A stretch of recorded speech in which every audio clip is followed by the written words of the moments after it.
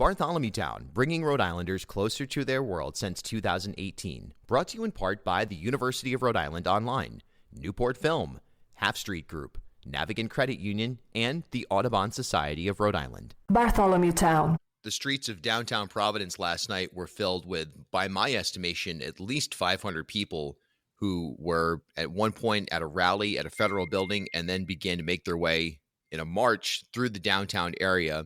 This was all part of an anti-ICE protest that was organized by the PSL, but really you saw a lot of different people from a lot of different backgrounds, and people who, at least from some of the conversations that I was having, were directly or are directly impacted by some of the actions of the Trump administration. Of course, we're all impacted by what has occurred and where we're at now, specifically with the deployment of National Guard troops and now Marines in California.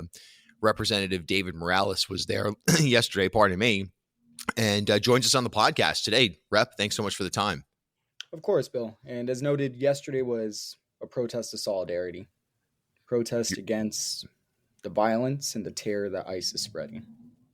Your overall take yesterday in terms of how this protest as a whole was organized and deployed, and the actions of the police, which were pretty minimum. There was surveillance going on, but for the most part, they were just there kind of blockading some of the roads as protesters were coming through. Your overall take on the effectiveness of this and what seems to be the beginning, it feels a little bit like early 2020 protests where things were just starting to materialize. It was inspiring to see so many Rhode Islanders from diverse backgrounds, but really take into consideration the fact that this mobilization happened in less than 24 hours. Unfortunately, over the weekend, we saw the terror of ICE, the deployment of the National Guard towards residents in LA, and the violence that has occurred there that has been sanctioned by the federal government. So to be able to observe that over the weekend and thereafter, going into a Monday evening, be able to mobilize hundreds of Rhode Islanders to speak out and make it very clear that we are not going to stand for authoritarianism, the tyranny, and the actions coming from the Trump administration is something that we cannot take for granted. I couldn't agree more. And I think that what we saw yesterday also was people who, they just wanted to make it clear that what's happening is on so many levels. It's not normal. It's not even necessarily what I think a lot of people who voted for Trump were expecting. I mean, there was this rhetoric of that you could assume would lead to something like this, but it does seem like some people around the country, you read these articles about community members being rounded up, and then the community goes, well, wait a second, that's not what we meant. We didn't want to lose hardworking or not hardworking, whatever, important members of our community. It just seems like this thing has gotten way beyond the threshold of what most people would have expected. And that threshold for some people is also, this shouldn't be happening at all. Where does, from what you're hearing from your constituents right now, what's the level of anxiety in the community that Providence is going to become a hot spot, something like LA, where it's going to be dangerous to go outside for certain people? Yeah, well, what we're seeing right now unfolding across the country is just evil. It's morally bankrupt, and it's just plain evil the way that they are kidnapping literal humans, immigrants that don't have any orders and are then being wrongfully detained. That said, there's a lot of anxiety in the community because over the last several weeks, there have been several members of our Cambodian community that have been detained and then have been ordered to be deported from the Wyatt Detention Center.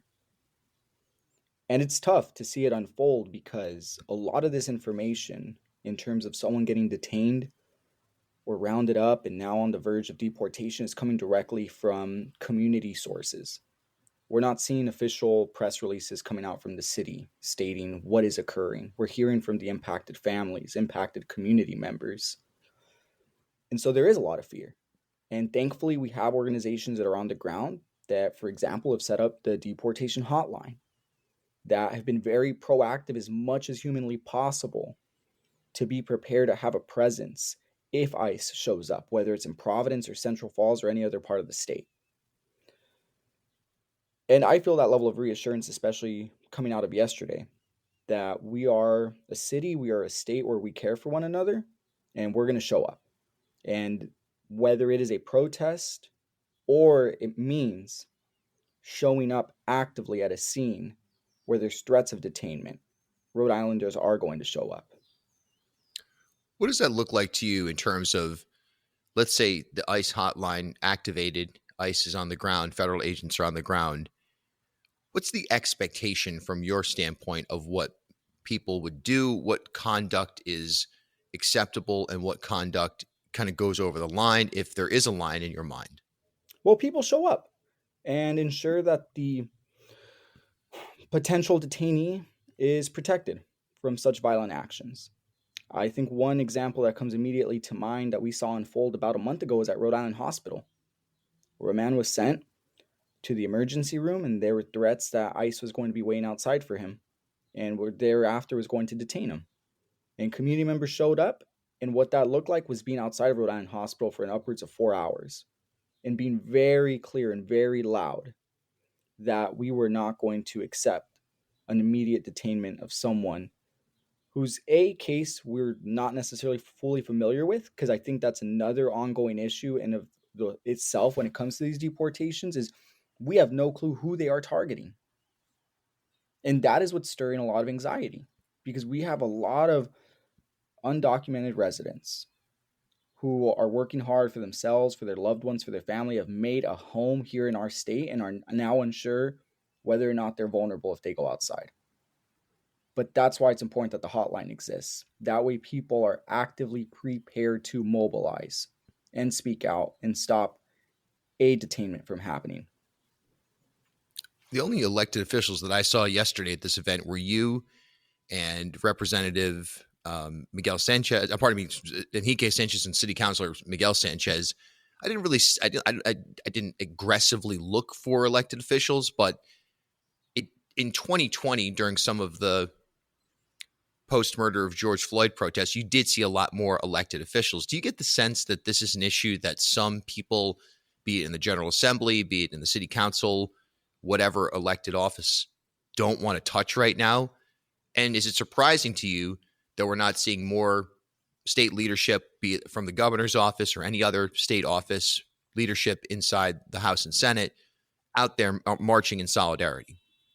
Well, I certainly think it's important for us as elected leaders to be present and visible at these marches, at these protests, to demonstrate that level of solidarity, and at the same time be able to have tough conversations with our neighbors as to what may be happening locally in terms of actions to resist the rogue actions by ICE or the lack of actions happening as well. And specifically, when I start thinking through our role as lawmakers, our roles as officials in general, I think the most important aspect are layers of transparency. I had noted it earlier. We have had Rhode Islanders detained at the Wyatt Detention Center and then ordered to be deported. Whenever that information is disclosed, it is happening because organizations are putting the information out there and they are mobilizing neighbors. It is because impacted families have reached out to these organizations to make it known to them that their loved one is in a vulnerable state and may never be seen again. That information should be coming from the governor's office, from the mayor's office of a respective city. We should not be forced to have impacted family members, community members reaching out to organizations in order for the information to get out there. We need more layers of transparency. There has been this ongoing narrative that there is not going to be any quote unquote proactive collaboration between local police and ICE. But the question begs, at what point are we actually getting information around who's being detained? And if we're not, we should also be transparent about that. I just get very frustrated when there is a presence of ICE, of federal immigration authorities that are seen within Central Falls, that are then seen in Providence, and there are question marks left as to what was that presence for. And I think Mayor Maria Rivera from Central Falls has actually done an excellent job in terms of being transparent and disclosing what she knows. Because it's okay to say that you don't have all the information. It's just important that some layers of transparency are provided. That way, there's at least some level of reassurance that your local government, the state government, is paying attention. And so, to go back to your question as well, I would have liked to see more officials at some of these marches, at some of these protests. Though I recognize that I'm someone who tends to be on social media, and so I'm well aware as to when these actions are happening. There's some officials who would like to be there that may not always be aware because they're not necessarily plugged in with the same channels. Bartholomew Town.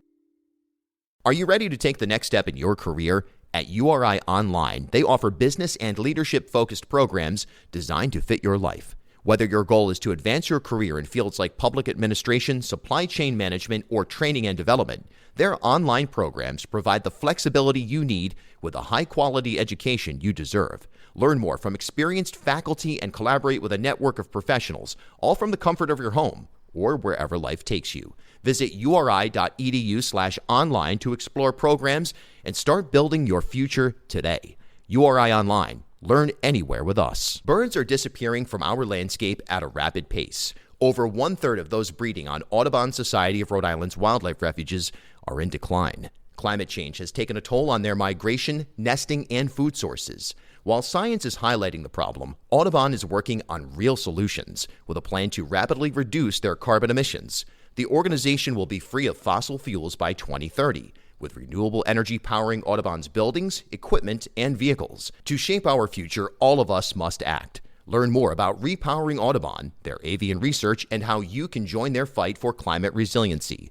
Visit asri.org/repower. Newport Film screens the latest critically acclaimed documentary films year-round across Rhode Island. Like a film festival, Newport Film often gets early access to films before they're available online or in theaters. Stay up to date on their latest screening events at newportfilm.com or on Instagram at newportfilm. As Rhode Island's first ever member-owned credit union, Navigant Credit Union has been a staple in the local business community for more than 108 years. Yeah.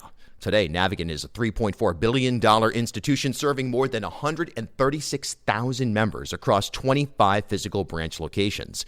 But since its founding in 1915, the mission has never changed. Navigant Credit Union's team of financial professionals have remained committed to improving the financial well-being of the families, businesses, and communities they serve across Rhode Island. Learn more at navigantcu.org. Half Street Group brings a new generation's perspective to leadership communications, strategic public relations, and digital marketing. Half Street helps organizations and leaders take control of their own stories and manage their reputations. They get results for their clients by focusing on audience, message, and culture, and by leveraging their decade-long relationship with media and opinion leaders in the Ocean State and throughout New England. Join me and Half Street Group founder and president Mike Rea for a conversation every month about news of the day, the hottest media analysis, and a look behind the scenes at how impactful leaders drive conversations. Learn more at halfstreetgroup.com.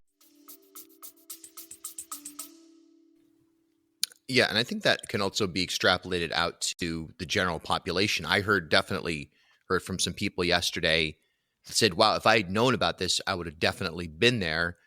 I think there is a moment right now where you have to be plugged into different channels. Sometimes when it comes to actions in Rhode Island or anywhere really, but specifically in Rhode Island here, there's different groups, there's different organizations, there's different causes that sometimes operate in a coordinated effort, sometimes seem to be in silos. And I wonder, what's your take in terms of someone who is able to get messaging out into a larger audience through your social media work and through your general media availability? How do you get more average everyday Rhode Islanders aware of these types of events? Because there's probably a lot more people with an appetite to attend that just didn't know this was even happening. Absolutely, by using one's platform and voice. I have these conversations with some of my neighbors who more often than not may not be contacting me for issues related to immigration, but I believe in the values of caring for one another, who share very similar values around different issues. And I will share and invite them out to some of these protests, to some of these marches. I want that information to be available. That way people recognize that, again, locally, we can still exercise our voice. That the terror that is happening across the country takes different shapes and forms when it comes to our own backyard. And that's why I continue to reiterate that we have had people in our community, in our backyard, that have been wrongfully detained and then ordered to be deported thereafter. And the organizations that are doing this work are all grassroots. They're not well-funded institutions.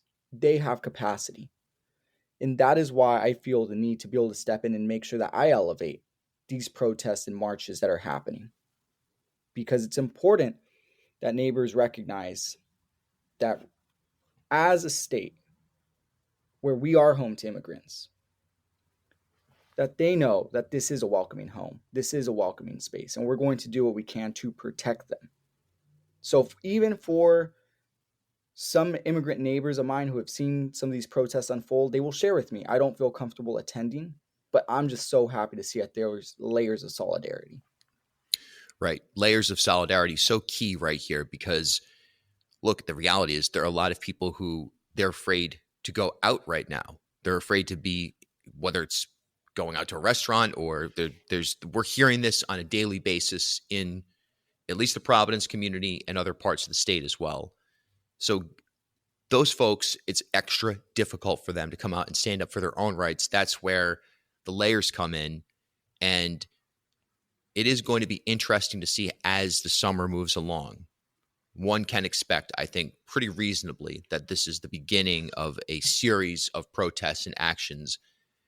Do you see this having a logical resolution where eventually in pockets around the country, there's enough resistance that maybe Donald Trump or Tom Homan or any of these people, maybe they don't care at all about, they'll dismiss it as just a bunch of radical leftists or insurrectionists, whatever it is.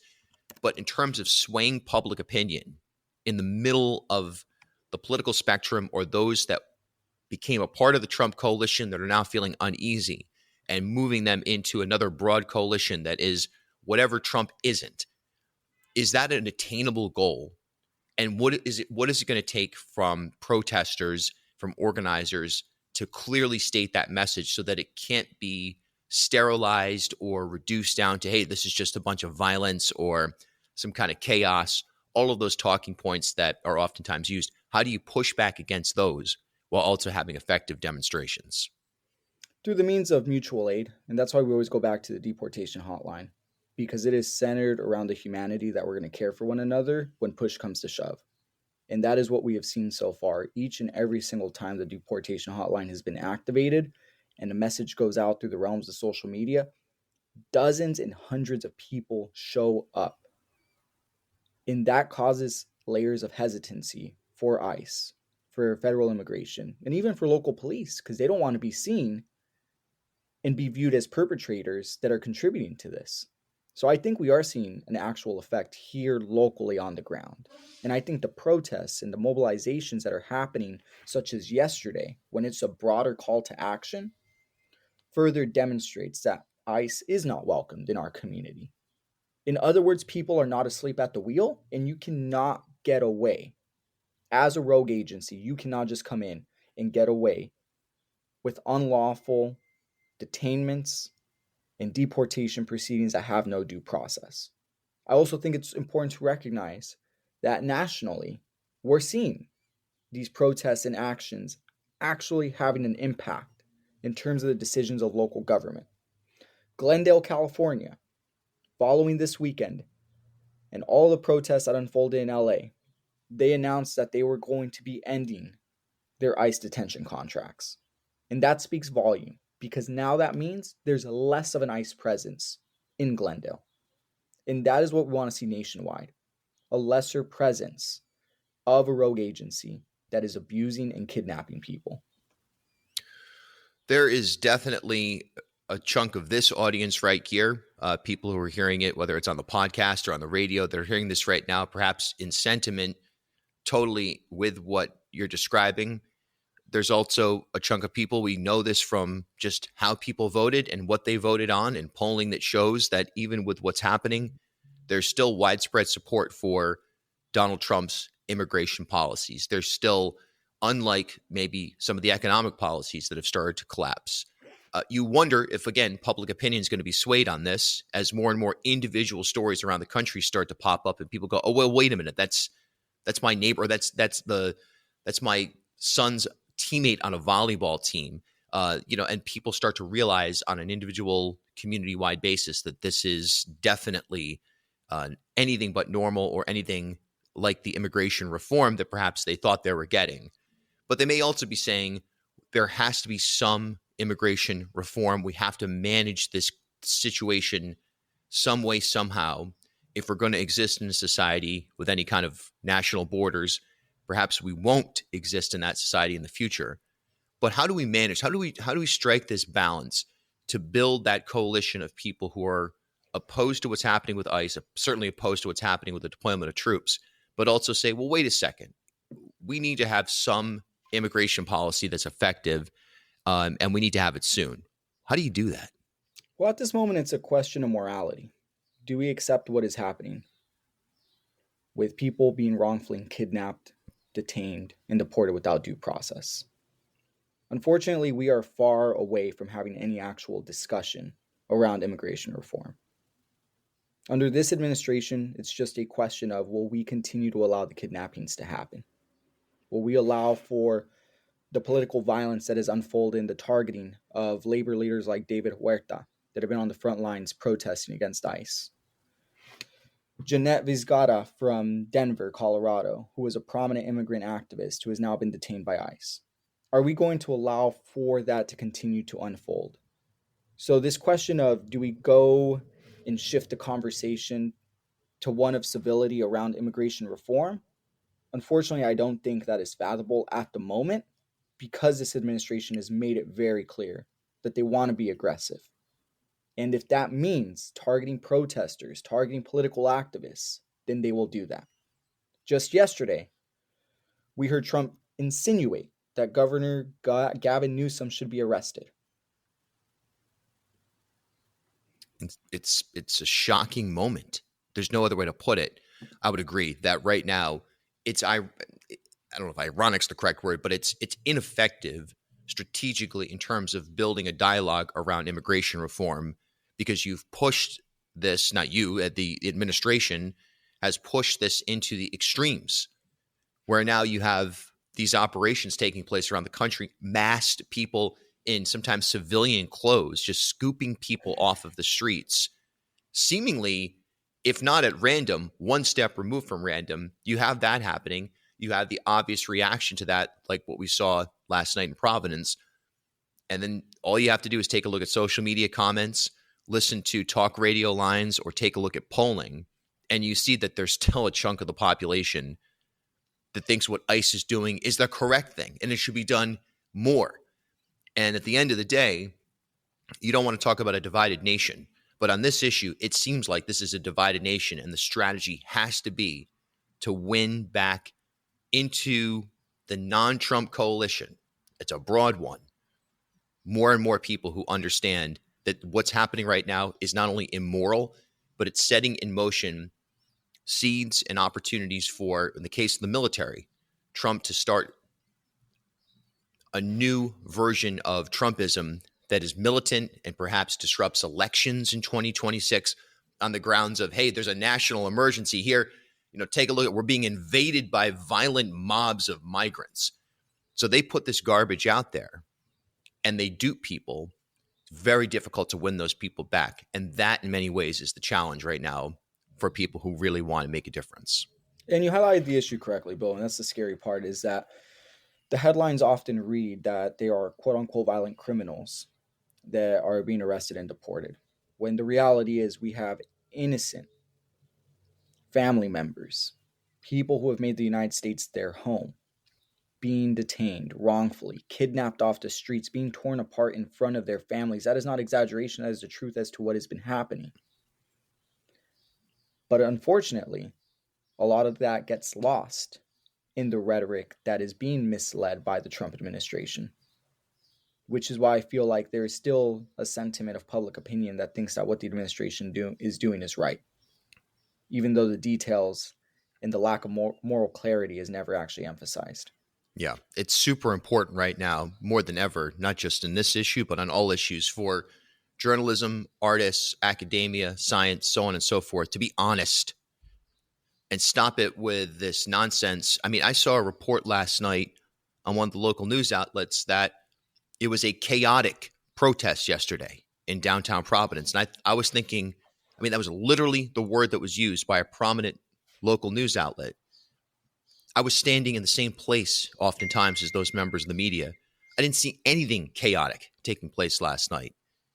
And we need to get to a point, as an industry, my call to action for any media producer, artist, journalist, whoever, is to just, there's a great reporter from New York on WCBS that's now off the air of the station, but I'll never forget when he described what's the most important thing to do when covering these types of events. Tell people what you see. Tell people what you see. Don't insert the propaganda coming from the Trump administration. It's so important. It shapes the narrative. And by the way, it's also, you want to talk about patriotism? That's the patriotic thing to do if that's the lane you want to get into. Just be honest about it. And I also find it ironic as to what does receive media attention locally when we talk about immigration. I made a reference earlier to the Cambodian community members that were wrongfully detained by ICE. Did not hear a peep from the quote-unquote mainstream media here locally, aside from Steve Alquist. Yeah. However, yesterday when it came to a mobilization of hundreds of neighbors who wanted to stand up to the injustices happening by ICE, almost every outlet was covering it actively.